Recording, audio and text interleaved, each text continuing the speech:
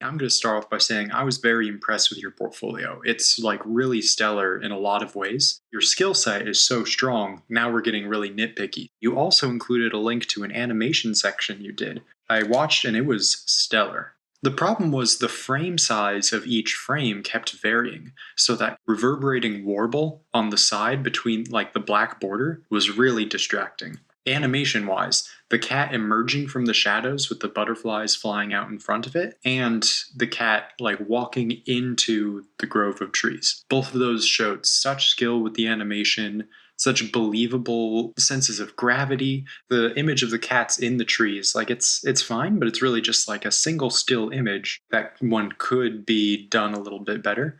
But overall, I was very impressed with the animation. If you have a lot of time before the applications are done, doing a like animation of either that classic bouncing ball or even better, the walk cycle, either 2D or 3D, however you want to do it, and do a walk and or running cycle. You mentioned concerns with the photo quality for some of them, and I think that you can see a little bit of the glare from the canvas, especially on the upper left corner. Overall, I don't think it's noticeably a deal breaker for any of these. If you have the time to spare, then yes, I would get images with that glare kind of redone. In the future, focus on your sophistication with color use. Now notice in her white dress, that is stellar. You're using just a myriad of colors to create the lights and the shadows for that. But then in like the leaves and in her hair, you're kind of stuck color-wise and like this is this color, so the lights and the shadows will all be this color as well. A little bit of red in the shadows of the leaves. That'll work because those colors are complementary and that'll help push the green forward. Likewise, a little more yellow in the highlights of the leaves will really bring that out as well. This is also a really exciting piece. I think that collage images can sometimes get distracted by the nature of what they are. By being a collage, things like composition and stuff go out the window. This shows that you had an eye for the composition, that nice diagonal direction throughout it. And I like how that mirrors the map, the red line on the map. Your sense of contrast is really well done in this piece. This one is one where if you have the time, I would redo it. Even if you cover the left-hand side, right down the middle, just cover the left-hand side with your hand. The right side is so much stronger. It is compositionally stronger. The senses of light and dark and the range of value are really stellar. You're definitely showing us your chops in this. The left-hand side, the value structure isn't as strong. The sense of the reflection, the sense of the gravity and the accuracy of the object, the perspective of the tissue box is a little wonky. What would be the back top right corner of the tissue box seems to be emerging forwards, and that's making a weird shift in that plane. If you crop that just the right side, my problems with it are the blandness and the vacancy in the left-hand side. The Van Gogh-esque brush marks in it are really exciting and unique. Colors they're really nice. They're simple, but they work. That mustard, mellow yellow. The sophistication you're starting to get with those colors in the shirt is really nice. The little touches of blues and greens, subtle pinks into that are really coming off well. Look beneath her eye, that stroke of reddish orange. That is exploding next to the blue background, and that is very smart what you're doing. Now this is a piece where the photo quality is a little subpar. I can see like a little glare on the canvas in more areas than I could the previous one, mostly on the upper portion. These are some of my favorites. It has a really good statement. It's really technically done. Your sense of color in these is great. I would focus on reshooting these specifically. Because the piece is so strong, you don't want that negative element to distract anyone. This one, I enjoy elements of it, but overall, I don't think it has as much to show off as the rest of your pieces do. The sentiment and the message is extremely powerful, and that definitely comes through. But I think that there's elements of it that visually clash and aren't quite on par of like the sophistication in some of your other pieces. But let us never forget, just the text is a little wonky, it's a little off, and it doesn't really work with the poppies. I think that this piece, in sections, I'm liking a lot of it. If it was just that marvelous portrait and then surrounded by a field of poppies, I think that would be just enough and that would be stellar. But I think having all these little vignettes included into it, it comes off a little heavy. The gray toned area of the war itself with the crucifix images, they're not handled as well as the rest of it, like the poppies in the foreground, the figure's face.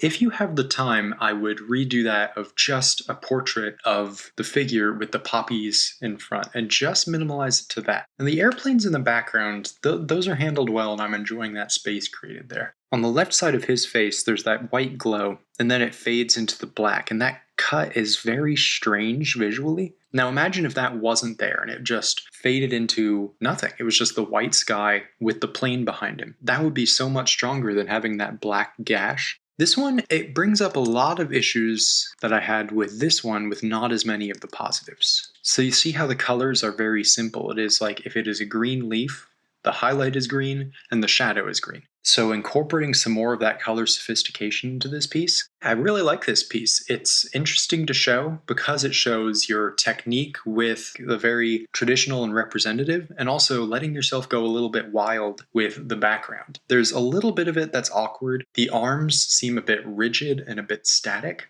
The torso and the head, do you see how that appears very lifelike? You could expect it to move right then and there. There are simple tweaks you could do with this image without needing to redo it. Look at the crease in the inner elbow and then rounding out the base of the elbow itself. And then really focusing on getting some reference and looking at either your own arm or someone else's arm holding things in that way. And you'll see how the muscles are really hanging out there and what they're really doing. This is a great one to include as well. I really enjoy it, and it does tie in with the animation kind of idea. These strike me as scenes or moments from an animation. They're photographed well, but they're cropped poorly. Look at all on the right-hand side. Like that's all those little bits of white and black, like don't need to be there. This perspective in these is pretty good. It's not like perfect in areas, but it's pretty good, and it has that nice lifelike quality. There's a really great artist who does urban sketching that I went to school with. Her name is Karen Sung. Terrific live sketching stuff from like cafes and things like that she sees around. She works primarily in pen, so I think you'd get a lot of inspiration from her. Cropping wise, I think that the flamingo's head in the foreground that you can only see like the eye of, I'm really not digging that. Like cover that up with your thumb and the piece I think is so much stronger. You could just paint over that head and have more of the snowscape, similar to the texture you're doing underneath that other closest flamingo. The looseness, you're doing the shadow, and then those like nice solid lines you're doing to like carve in the shape, that's super successful. Notice how like some of the tree stumps, if you squint, they seem to be on the same level of space as the flamingos. And the reason they're doing that and not going into the background is because, especially the one right above that flamingo's head, it's very dark and it's a point of high contrast. So what that's doing is bringing it forward. So if you toned that down a little bit, if all of those tree trunks in the background, their darkest point was only as dark as like the highlight on the front tree stump, then they would go further back into space. What they're comparing with is the bleach white of the snow.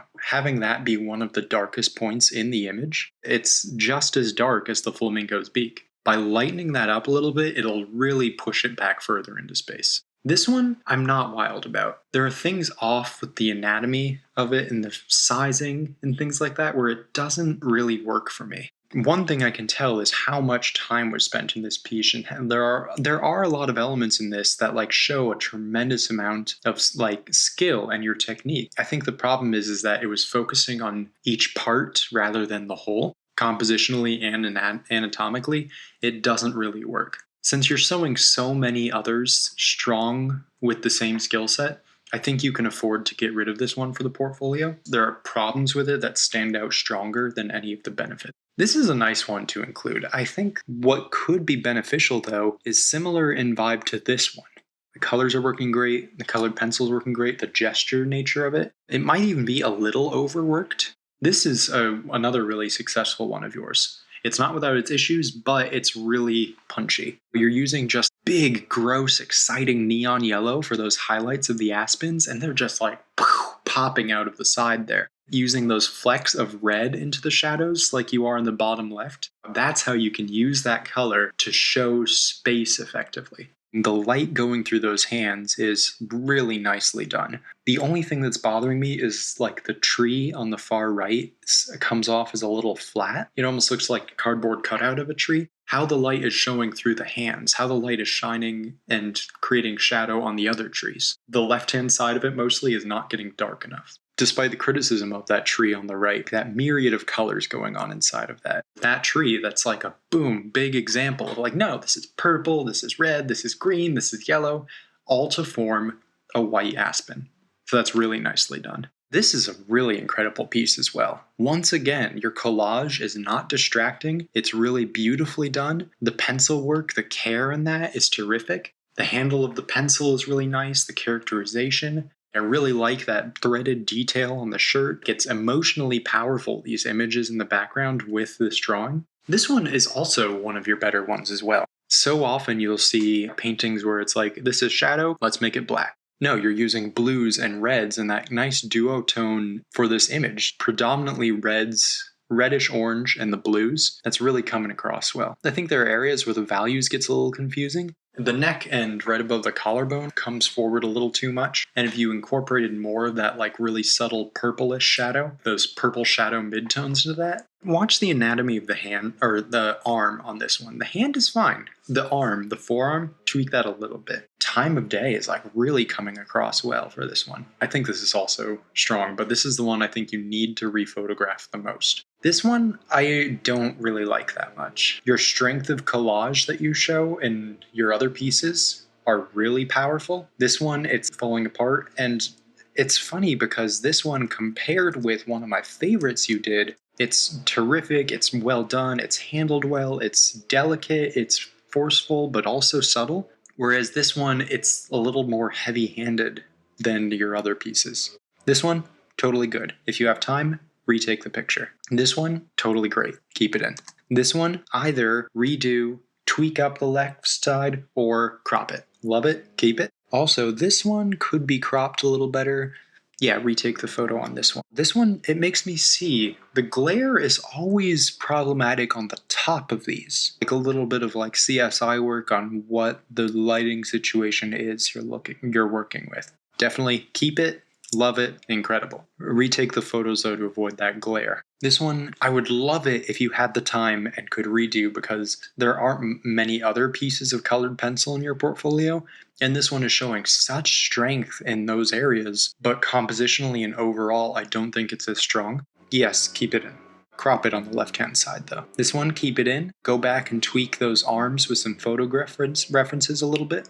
This one, I would definitely keep it in, crop it on the right-hand side. I get the sense that you had a lot of fun doing these. I think they're very free and exciting, and anything like perspective errors or anatomy errors or anything, it comes off just loose and sketchy in these. I think they're very vibrant. Keep it in, definitely. Work on possibilities of fixing that head in the foreground. Otherwise, just keep it in. This one, get rid of it. This one, solid maybe. If you need to find pieces to fill, this one will work. If not, I think you have stronger pieces elsewhere. Keep it in, definitely. Definitely keep it in. Definitely keep it.